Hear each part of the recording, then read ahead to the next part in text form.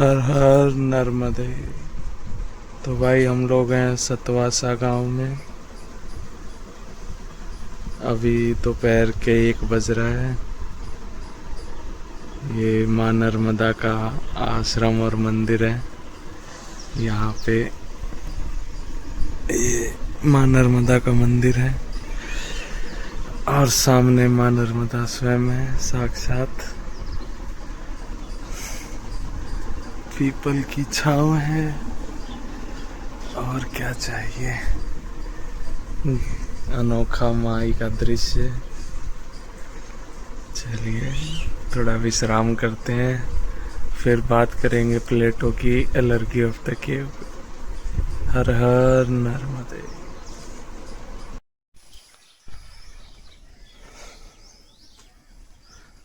हर हर नर्मदे। तो भाई हम लोग हैं सतवासा गांव में, माँ नर्मदा किनारे माई के आश्रम में। सामने आप लोग देख सकते हैं माँ नर्मदा।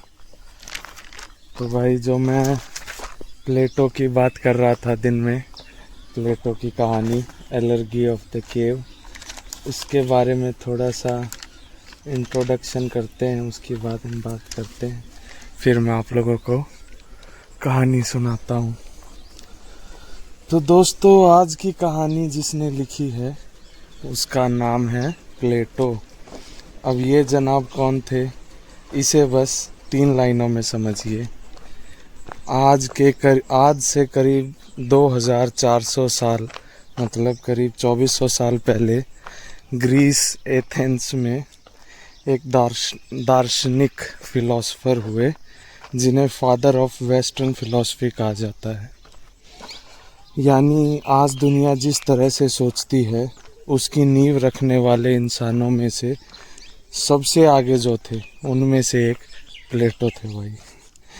ये मशहूर थिंकर सुकरात, सोक्रेट्स के स्टूडेंट थे और महान राजा सिकंदर, अलेक्जेंडर द ग्रेट के गुरु थे और अरस्तु, एरिस्टोटल के टीचर थे।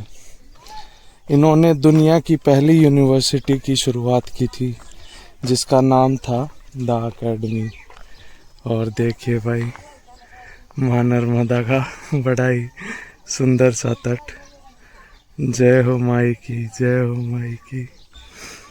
तो खैर बैक टू द टॉपिक।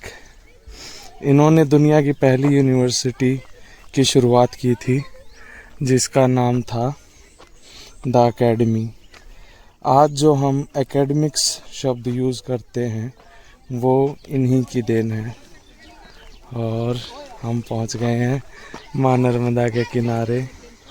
आप देख सकते हैं बालक जल क्रीड़ा करते हुए और गर्मी में ठंडक का एहसास करते हुए। जय हो माई की, जय हो माई की। खैर प्लेटो की सबसे खास बात यह थी कि वो भारी भरकम ज्ञान नहीं बांटते थे। वो लोगों को कहानियों और उदाहरणों के ज़रिए कड़वा सच समझाते थे। और उनकी सबसे मशहूर, सबसे माइंड ब्लोइंग कहानी है द एलर्जी ऑफ द केव, गुफा की कहानी। तो आज के हमारे सोशल मीडिया और फेक न्यूज़ के दौर पर 100% सटीक बैठती है।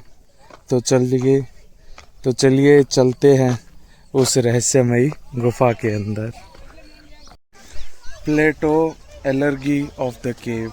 इमेजिन कीजिए एक ऐसी गुफा को जो ज़मीन के बहुत नीचे गहरे अंधेरे में है। इस गुफा में कुछ लोग कैद हैं, लेकिन ये कोई मामूली कैदी नहीं है। ये अपने जन्म से, जब से इन्होंने आंखें खोली हैं, इसी गुफा में हैं। इनके हाथ, पैर और गर्दन लोहे की भारी जंजीरों से जकड़े हुए हैं। ये हिल भी नहीं सकते। इनके पास मुड़कर पीछे देखने की आज़ादी नहीं है। ये सिर्फ़ और सिर्फ अपने सामने मौजूद एक विशाल पथरीली दीवार को देख सकते हैं। अब आप सोच रहे होंगे कि ये ज़िंदा कैसे हैं और देखते क्या हैं। इन कैदियों के ठीक पीछे बहुत दूर एक बहुत बड़ी आग जल रही है, जिसकी पीली रोशनी पूरी गुफा में फैलती है। और उस आग और उन कैदियों के बीच में एक रास्ता है, जहाँ कुछ नकाबपोश लोग अपने हाथों में इंसानों, जानवरों और अजीबोगरीब चीज़ों के पुतले लेकर निकलते हैं। जब वो पुतले आग के सामने से गुज़रते हैं तो उनकी डरावनी और अजीब परछाइयाँ, शैडोज़, सीधे उन कैदियों के सामने वाली दीवार पर पड़ती है। कैदियों ने अपनी पूरी ज़िंदगी में सिर्फ उन काली परछाइयों को देखा है। जब पीछे के लोग आपस में बात करते हैं तो उसकी गूंज दीवार से टकराकर कैदियों तक पहुंचती है। कैदियों को लगता है कि वो परछाइयाँ ही बोल रही हैं। उनके लिए वही परछाइयाँ, वही आवाज़ें ब्रह्मांड का इकलौता सच हैं। लेकिन कहानी में ट्विस्ट तब आता है जब एक दिन एक कैदी की जंजीर अचानक टूट जाती है। वो सालों बाद पहली बार अपनी गर्दन घुमाता है। जैसे ही वो पीछे मुड़ता है, आग की तेज़ लपटें उसकी आँखों में चुभती हैं। उसे भयानक दर्द होता है, क्योंकि उसकी आँखों को रोशनी की आदत नहीं थी। वो डर जाता है। उसे दिखता है कि अरे, मैं जिसे मैं अब तक सच समझ रहा था, वो तो सिर्फ मिट्टी और लकड़ी के पुतले थे। तभी कोई उसे ज़बरदस्ती पकड़ता है और गुफा के उस संकरे पथरीले रास्ते से घसीटते हुए गुफा के बाहर सीधे सूरज की रोशनी में फेंक देता है। ब्लाइंडिंग लाइट, रोशनी का धमाका हो जाता है। उसकी आंखें पूरी तरह बंद हो जाती हैं। वो दर्द से चीखता है। उसे लगता है कि वो अंधा हो गया है, लेकिन धीरे धीरे उसकी आंखें खुलती हैं। वो पहली बार आसमान का नीला रंग देखता है। वो बहते हुए पानी को छूता है। वो हरे भरे पेड़ों को देखता है तो उसका दिमाग सुन्न हो जाता है। वो रो पड़ता है। उसे समझ आता है कि हे ईश्वर, मैं पूरी ज़िंदगी एक अंधेरे गड्ढे में झूठ को सच मानकर जी रहा था। अब वो आज़ाद था। वो इस खूबसूरत दुनिया में रह सकता था, लेकिन उसे अपने उन दोस्तों की याद आई जो अभी भी नीचे उस नरक में बंद थे।